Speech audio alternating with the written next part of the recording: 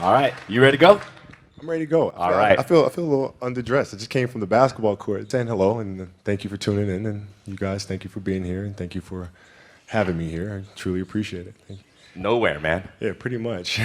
You know, it's for me, it was just like the end of a really long, beautiful journey. You know, I started playing a game of basketball since I was 2, right? And so for this to be the moment, this is the last game for me to come out and perform in front of my fans, in front of my home crowd, in front of my family. It was really exciting. You know, it wasn't any pressure, it wasn't sad or anything like that. It was like, this is awesome. You know, let's go out here and put on a show one more time. You've been doing this for 20 years. I'm sure you don't get nervous. Were you nervous before this game? No, I wasn't nervous. I was excited. Like I was ready to go. Mm-hmm. You know, I was ready to go. And you know, I saw my family right before we ran out in the court, and you know, I looked at my wife and our kids, and I just asked my kids. I said, "Let's go put on the show one more time. Is that okay?" And they said, "Yeah." So we went out and put on the show. So it was fun. It wasn't any nervousness or anything like that. Well, I mean, it makes the journey worthwhile. You know what I mean? Because you go through moments where you have that adversity and you got to figure your way through it.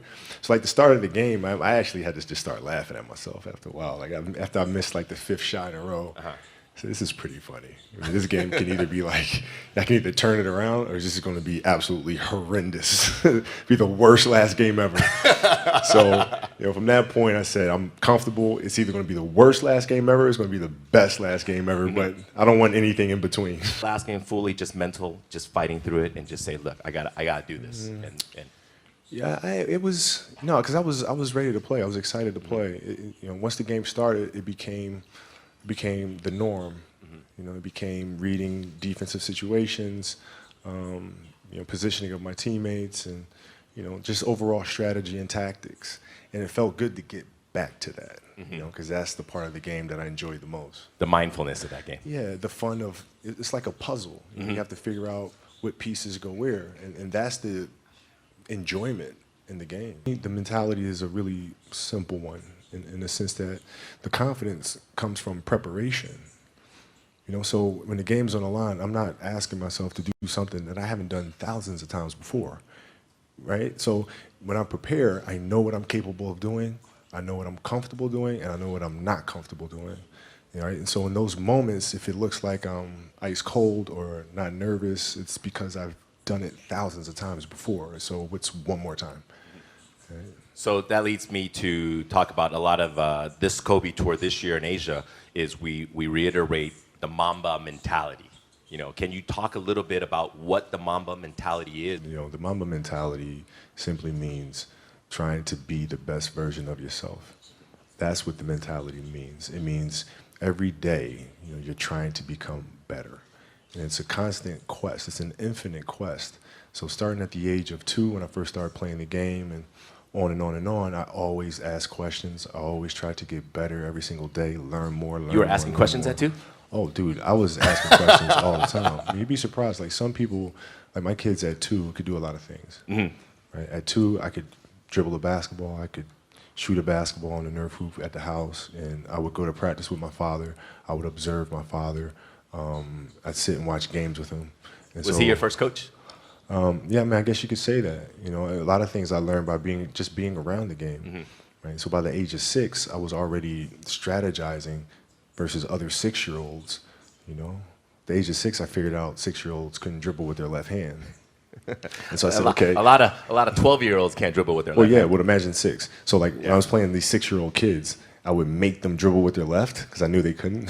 And so they dribbled off their foot. I'd pick it up, lay it up. Do it again. Dribble off foot, pick it up, lay it up. So at 6 years old, I had 63 points.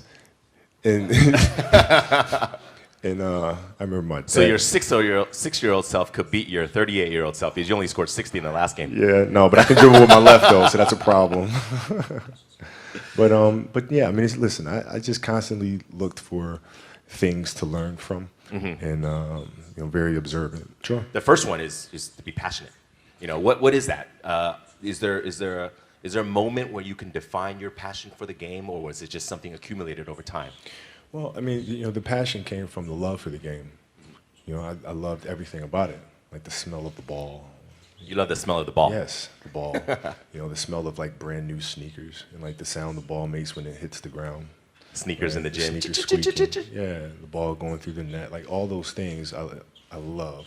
And so the passion comes from that, because once you have that love, you just want to be a part of this thing all the time. When you talk about this love, when does it develop? Did you like it when you were 5, or is it something that kind of gradually? I was 2. I was born, and I was born to play basketball. You know what I mean? And I played a lot of different sports, but nothing brought me the sense of peace and of escape, you know, that the game of basketball did. I need that escape, it's there for me, right? When I need a friend, it's there for me. You know, when I need to vent and don't dunk, and the mamba comes out. It's there, you know. So the game is absolutely everything for me. How do kids find that passion then? Well, right? I think as parents, because we just try to, you embraced it right away too. I mean, I think as parents we try to put them in different things, try to expose them to as many things as possible, and then see if there's one thing that connects with them. You know, because if it does, you don't have to tell them to do it. You know, whether it's writing or painting or drawing. You know, if they have that passion, you don't have to tell them. They'll go off and do it because it's just fun. They'd rather do that than anything else. So, but as parents, it's our job to just expose them to as many things as possible and see which one they gravitate to the most. Originally, we were talking about you. Now you're talking about your kids and their passions. Do you kind of feel that passion for them? Yeah, we expose them to all kinds of. I mean, they play a lot of different sports. They do a lot of things creatively, you know, in writing and things like that, and designing, and you just sit back and you just watch which one they move to, and then it's our responsibility as parents to try to set them up for success as much as we possibly can. Do you want them to play basketball? I want them to find whatever it is that they're passionate about. Like whatever they feel like their purpose is, then that's what I want them to do. Do they love basketball though? Your girls? So my youngest one, she does. She wants to play, and she wants me to teach her how to play this summer. And you know, our eldest is really into volleyball. So but we'll see. You know, passions tend to change. So you're gonna get into volleyball now? Well, yeah. I mean, my sister was a great volleyball player, so we have a teacher in the family. Is there one moment where you can say it defined your passion for basketball? Is there a story or moment when you said, "Damn, that was it. That was like when I felt really passionate"? No, it doesn't. It never leaves. It never leaves. Like the game is just a part of me. So it never leaves. Even now that I'm retired, you know, everything that I've learned from the game of basketball, I've carried it over into life. You know, like basketball's helped me be a better person, a better friend, a better father. So? Well, because there's life lessons that are within the game, like communication, like unselfishness, like attention to detail, and empathy and compassion. Like all those things are in the game. And as an athlete, if we are aware of those things, it helps us become better human beings. And you can apply that toward your post basketball days, your retirement, into your business world, your future ventures. Sure. I mean, you can apply. You know, I was applying that even while I was playing, just in life outside of the game, and even more so now. You know, in building a business and all these things. You know, the kind of culture you want to have. You know, all those things are directly learned from the game of basketball for me. Next up is the next pillar: be obsessive. Obsessive. That's I think a lot of people equate that with you. You know, Kobe is obsessive in a lot of things. Yeah. We've been doing this for what? Okay, so if your job is to try to be the best basketball player you can be, right? To do that, you have to practice. You have to train, right? You want to train as much as you can, as often as you can. So if you get up at 10 in the morning, train at 11, right? 12, say 12. Train at 12. Train for 2 hours, 12 to 2. You have to let your body recover. So you eat, recover, whatever. You get back out, you train, start training again at 6. Train from 6 to 8, right? And now you go home, you shower, you eat dinner, you go to bed, you wake up, you do it again, right? Those are 2 sessions. Right? Now imagine you wake up at 3, you train at 4. You go 4 to 6, come home, breakfast, relax, blah, blah, blah. Now you're back at it again, 9 to 11, right? You relax, and now all of a sudden you're back at it again, 2 to 4, and now you're back at it again, you know, 7 to 9. Look how much more training I have done by simply starting at 4, right? And so now you do that, and as the years go on, the separation that you have with your competitors and your peers just grows larger and larger and larger and larger and larger. And by year 5 or 6, doesn't matter what kind of work they do in the summer, they're never going to catch up because they're 5 years behind. Right? So it makes sense to get up and start your day early because you can get more work in. Is that genetic?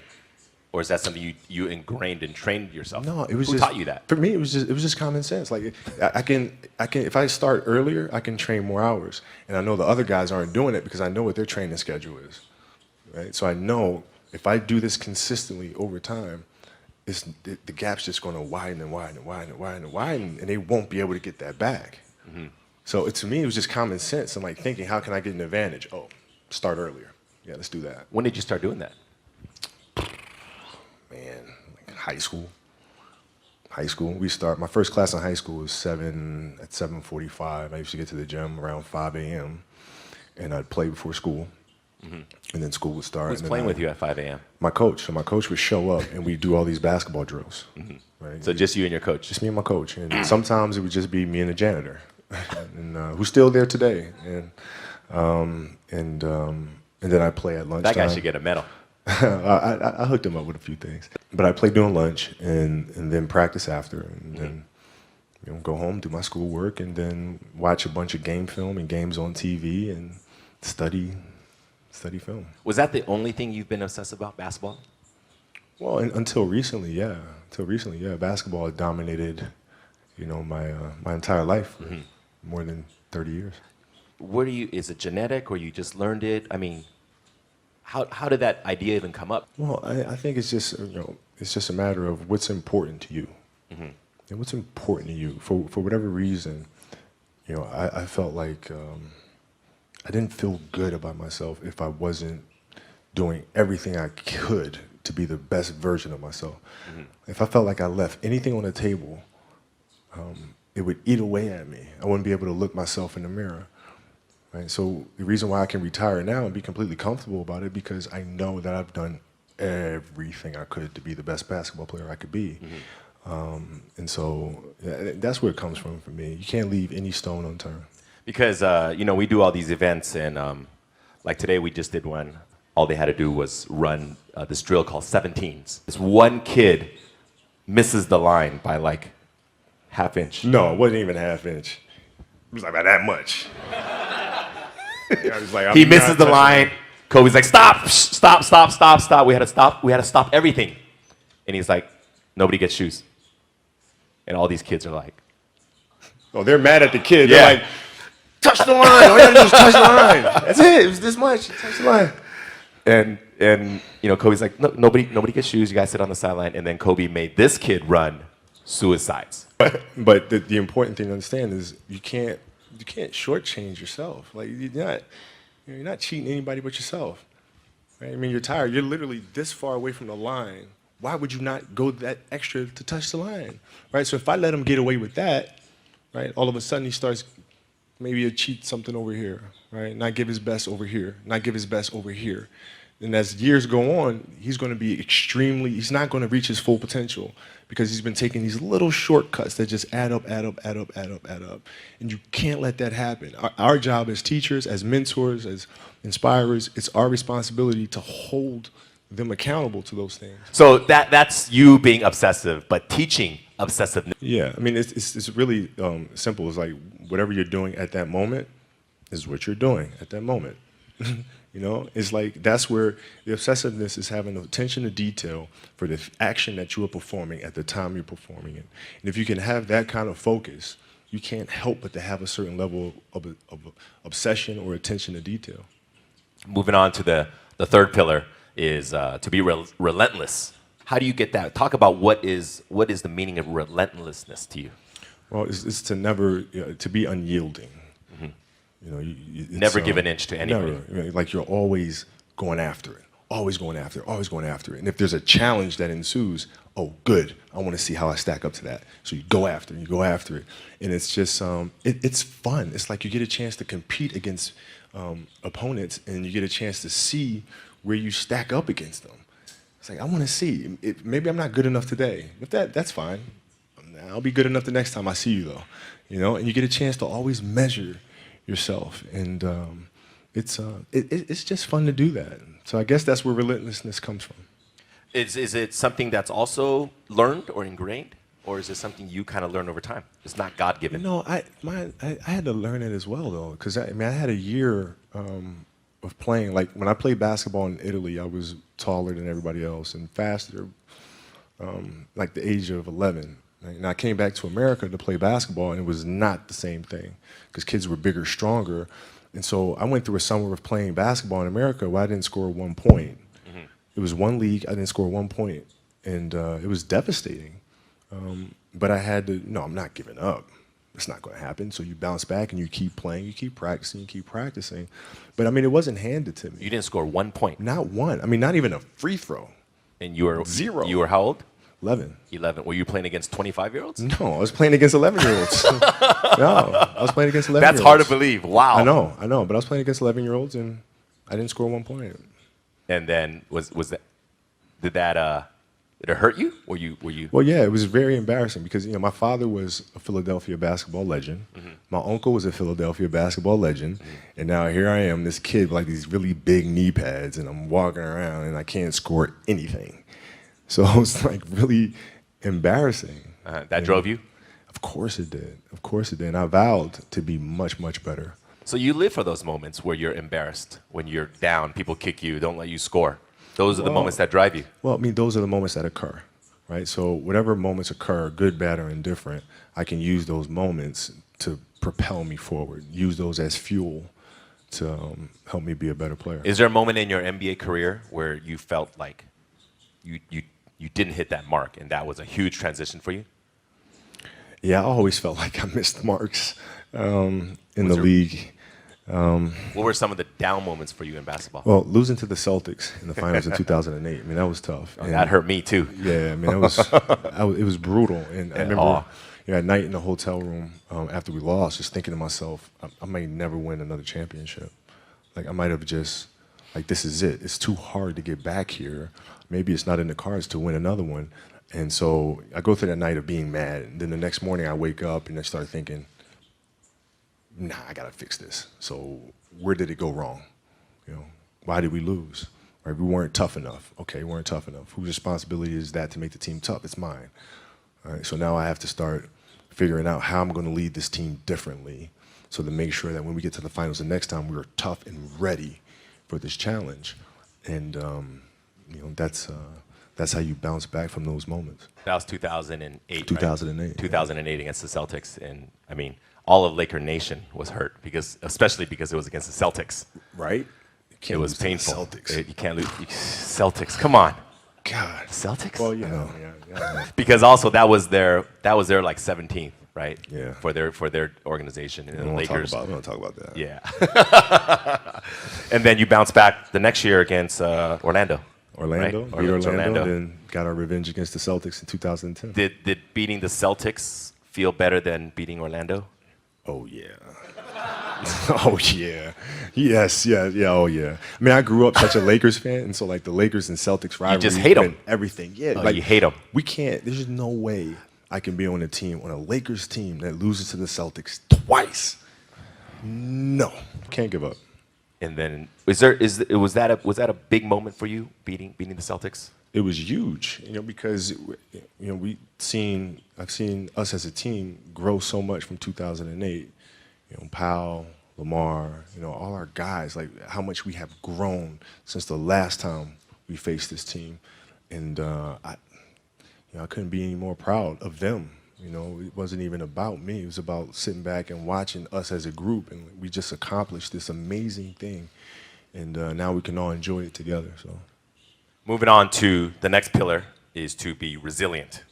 I remember this time last year you came and we did a premiere for a movie you did, Muse, and a big part of that movie was talking about your injury and coming back to be resilient.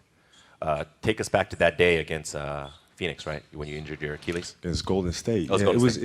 It was hard, man. Because the Achilles injury is the worst injury for an athlete. It's like the worst. It's like the kiss of death. And when I ruptured my Achilles, I knew what happened. I knew the severity of the injury, and I didn't know if I was going to come back from it. Yeah, in the locker room, you were crying. Yeah, I mean, I didn't. Like, this is it. Like, my career could be over right now. So how do you get back from that? Because, when you talk about injuries, people sprain their ankles, dislocate your fingers, but Achilles, Yeah. People don't come back from that. Well, athletes don't come back from that to the level they were before. Yeah. How do you get that resilience? How do you fight that? Well, what I did is, I went home and I was just really angry, and Angry. I was angry. I was mad. I was angry. I worked so hard for us to get to the playoffs and to have a chance to win another championship, and then this happened. So I had a lot of anger, and then from the anger, then I was sad, and then you start feeling bad for yourself, and then you say, all right, okay, I'm done being a baby. Okay, what am I going to do now? Because I can't sit here and give up. That's not an option. So now what? How long was the cycle from this anger? This is one night. One night. This is one night. It's one night. It was Because like, you started writing in the middle of the night, right? You wrote that. You wrote that. And then it was, okay, what are we going to do? So it was one night. But then, then you start, it's a process. You look at process. What am I going to do? What can I control? Surgery, we'll do the surgery. Come out of the surgery, recover. From there, physical therapy. Okay, physical therapy, piece by piece by piece by piece by piece, start running, back on the court. And so I broke things down into sections and said, okay, I'm going to focus on resting right now. This is it. I'm going to focus on moving my toes and then walking. And then, so you look at every challenge at every step. And that's how you're able to be resilient and come back from these things. Because, for your field in sports, injuries often happen, right? And to come back. But, for most everyday people, it's something that they can't fathom because they don't have that type of resistance that they have to face, right? So how do they come back from it? Because sometimes people fail in their fields and their jobs or at school, young kids, you don't have a good test score, you don't make the basketball team, or they have these disappointments. What is your advice to young kids to face this adversity? How do you persevere? Well, if you... Because you have that chemical makeup to fight through it. Yeah. Not all kids do. But every kid, every person has the ability to put one foot in front of the other. One step at a time. Right? So if you're saying, okay, I'm going to climb Mount Everest, you're at the bottom of the mountain and you look up and you're going, I'm not going to climb Mount Everest, right? But if you break it down into sections and you just one foot in front of the other, one step at a time, next thing you know, you're at the top of the mountain. So the map, the plan is to set short-term goals. Yeah. And to get there, A to B, B to C, C to D. Coming back from my Achilles, I came back from the Achilles, and I was fine. And then the next year, I fractured my knee. Right? It's like, oh, here we go again. Come back from that next year, tear my shoulder. Here we go again, right? But if I looked at those things in totality, it'd be depressing. But if I look at it as just the facts, this is it happened. Can't do anything about it. It happened. Now what are you going to do? One step at a time. Achilles, knee, shoulder, any step of the way you said, screw it, forget it, done, no more. No. Never. No. Well, no. Why? Right? Because, as time goes on, I'm sitting there 70, 80 years old, and I'm going to be wondering if I could have come back from this injury. I don't want to wonder. I want to find out. We got to get to that 60-point game. I want to see, man. We got to get to that game. Yeah. If the critics are out there saying he's done, he'll never come back, well, maybe you're right. Maybe you're not. But let's find out. We got to get there. We got to get there. Last one, to be fearless. That's something that I think every young adult, young kids, they face their fears, right? What does that mean to you, to be fearless? Why is that such an important part of the Mamba mentality? Well, because I think the greatest fear that we face is ourselves, actually. I think it's not anything that's external or anything that's superficial. I think the greatest fear you face is yourself, because we all have dreams, and it's very scary sometimes to accept the dream that you have, and it's scarier still to say, okay, I want that. It's scary because you're afraid that if you put your heart and soul into it and you fail, then how are you going to feel about yourself, right? So being fearless means putting yourself out there and going for it, no matter what. Go for it. Not for anybody else, but for yourself. When you got to the league, you were 18. Did you have any fears before getting there? or when you got there right away? Yeah, I mean, I had fears that everybody was going to be right. I made a poor choice, poor decision. Jump from And high I school wasn't to the NBA. and I wasn't going to amount to anything. So that was always in the back of my mind, for sure. And then, so out of these 5 pillars, which one do you think comes first? Being passionate, being fearless, relentless, resilient, or they just come together all? No, this funny thing is, like, we created these separate pillars, but the reality is it's all one thing, because it all comes from within. It all comes from within us. We all experience these things at different stages and different points, different times. The key, I feel, is just to be aware of those moments as they occur. Right? You're aware of a certain fear or a certain obstacle or challenge, right? You're just aware of those things, and then from there you can navigate through them. But I look at them all as one connecting thing. Being in Asia, don't bring other people attention. Just do your thing, do it well, but don't bring attention. And I think a lot of kids are fearful of going out of this box, right? Is there advice for the win? Listen, it's very simple. You have to dance beautifully in the box that you are comfortable dancing in, right? So, like, everybody's box is different. My box was to be extremely ambitious within the sport of basketball. Your box is different than mine, right? Every kid here has their own box, but it doesn't mean that your box isn't as beautiful as mine, right? Everybody has their own. It's your job to try to perfect it and make it as beautiful of a canvas as you can make it. And if you have done that, then you have lived a successful life. You have lived with Mamba mentality, right? So it doesn't mean you have to go out here and do all of these crazy things. I'll have to be like this person or that person. No, what are you comfortable being? What is it that you want to do with your life? And once you have that, then you try to live it to the best of your ability. Now you're done. Played your final game, 60 points. You dropped it on Utah. Mamba out, right? Yeah. You look back upon it now. Where do you see yourself? Did you do everything you wanted to do? Did you become the best basketball player you could ever become? Well, Did you become the best? It's GOAT? It's weird. Like, my vision of what my goal is changed drastically as I got older. So, like, as a kid, I said I want to be the best ever. Right? And now you go through your life and everything you do is try to be the best ever, be the best ever, be the best ever. And as you get older, you start understanding that those things are very superficial things. Right? And everybody has a different opinion about it. No matter what you do, I can win 20 championships. There's always an opinion on who's the best. Everybody has different opinions. And so I started really kind of understanding maybe that's not the important thing. Maybe the important thing is to, how do we as a team grow? How do I help my teammates be better? So that was the first change for me. And then as I got older still, it became more about how are you inspiring others, right, to find themselves. That is the ultimate championship. So won 5 championships, that's great. Another team won a championship this year.